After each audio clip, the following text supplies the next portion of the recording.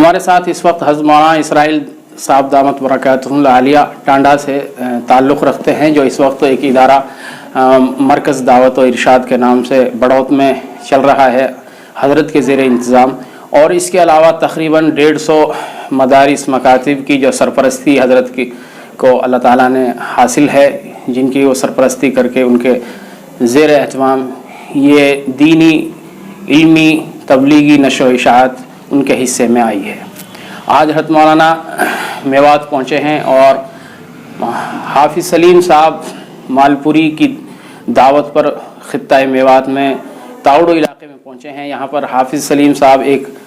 بڑا ادارہ بچیوں کا جو ہے شروع کیا ہے، ان کا تعلیمی آغاز پچھلے 2-2.5 سال سے جاری ہے، ابتدائی مراحل ہیں۔ حضرت مولانا یہاں پہنچے ہیں۔ حضرت آپ سے ایک سوال سیدھے طور پر یہ ہے، ایسے دور میں جب تعلیم کا دورہ ہے اور اسلامی نقطۂ نظر سے بچے کی جو پرورش اور پیدائش اور بہتر دینی رخ ماں کے گود سے، جس کو پہلا مکتب مدرسہ کہا جاتا ہے، وہاں سے پڑھتا ہے، تو ان تمام حالات کے پیش نظر تعلیم نسواں کی اہمیت، افادیت اور پھر مخلوط تعلیم سے بچیوں کو بچا کر ان کا صحیح دینی مزاج پر رخ لانا، اس کو آپ کس نظر سے دیکھتے ہیں، کیا کہیں گے؟ جی جہاں تک تعلیم کا تعلق ہے تو تعلیم کے مسئلے میں ہمارے تمام اکابر، تمام دانشور لوگ متفق ہیں کہ جس طریقے سے طلباء کی، لڑکوں کی تعلیم ضروری ہے، طالبات اور بچیوں کی تعلیم بھی اسی طرح ضروری ہے۔ طلب العلم فریضۃ علی کل مسلم و مسلمہ فرمایا گیا ہے۔ پھر جیسا آپ فرما رہے ہیں کہ ابتدائی مدرسہ اور ابتدائی مکتب بچوں کے لیے ماں کی گود ہوتی ہے، تو یہ اور بھی زیادہ ایک مسئلہ اہمیت کا حامل بن جاتا ہے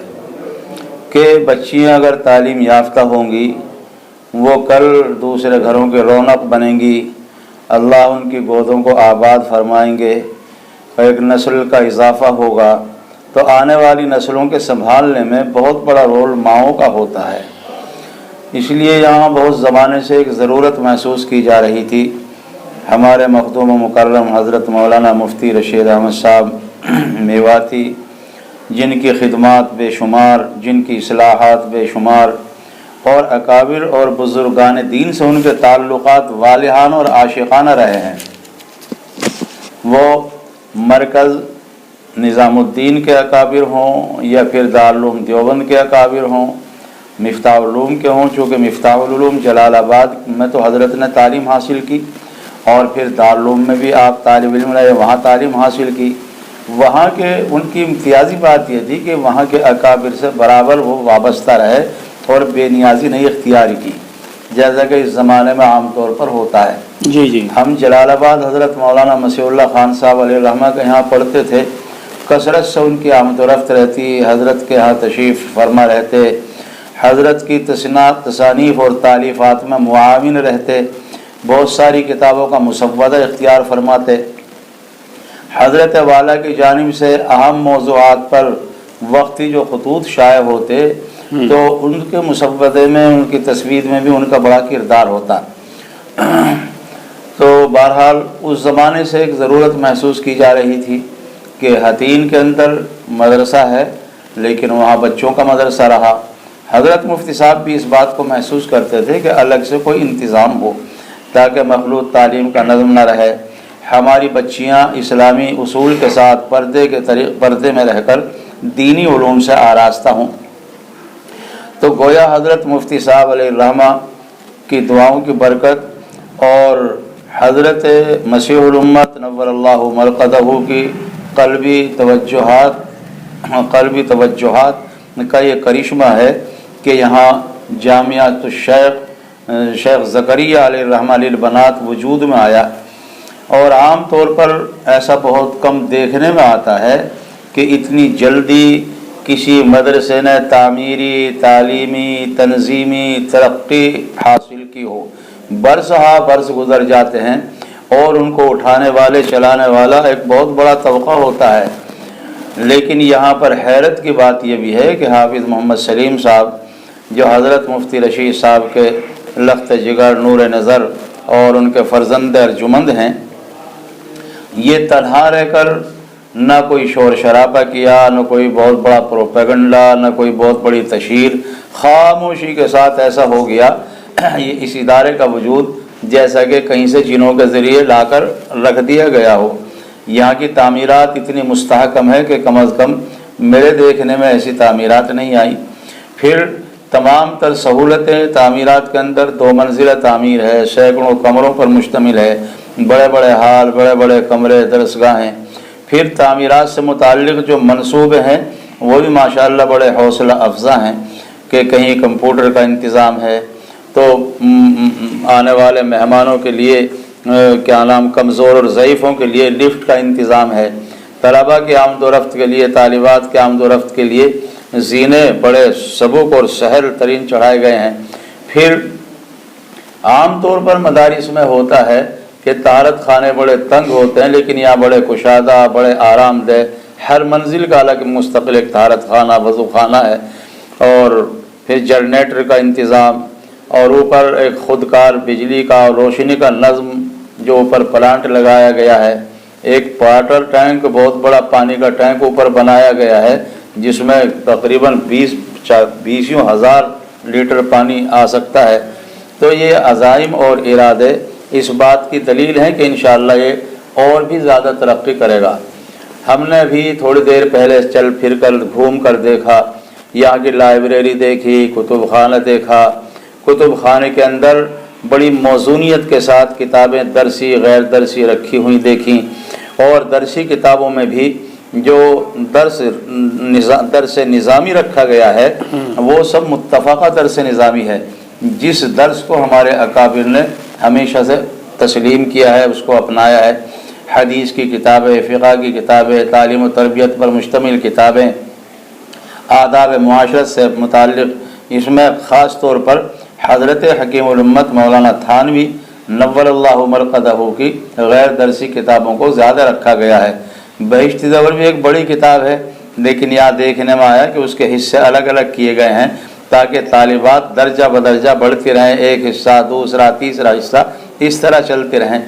ورنہ عام طور سے بچیاں چھوٹی ہوتی ہیں، بڑی جلد ان کی ہاتھ میں آ جاتی ہیں، وہ جلد عام طور پر خراب ہو جاتی ہے، لیکن انہوں نے بڑا اچھا کیا کہ اس کو ایک ایک حصے میں تقسیم کیا۔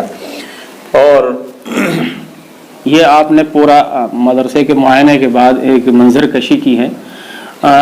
میں عرض یہ کرنا چاہتا ہوں کہ آپ میوات کے اہل مدارس کو کیا پیغام دیں گے، اور اہل مدارس عموماً زیادہ تر وہ لوگ ہیں جو صرف 4 دیواری کے اندر جو بچے طالب بن کر آئے ہیں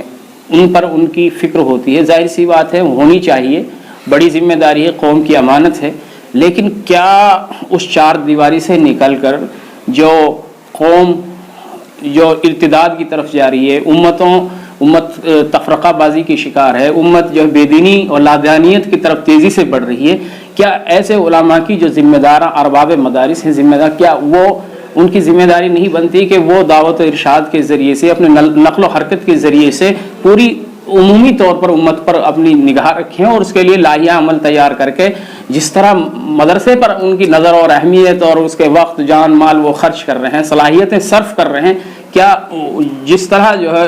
قوم گمراہی کے راستے پر جا رہی ہے تیزی کے ساتھ، اس پر علماء کی کیا ذمہ داری آئی ہے، کیا کہیں گے اس پہ؟ دیکھیے، ہمارے اس دور میں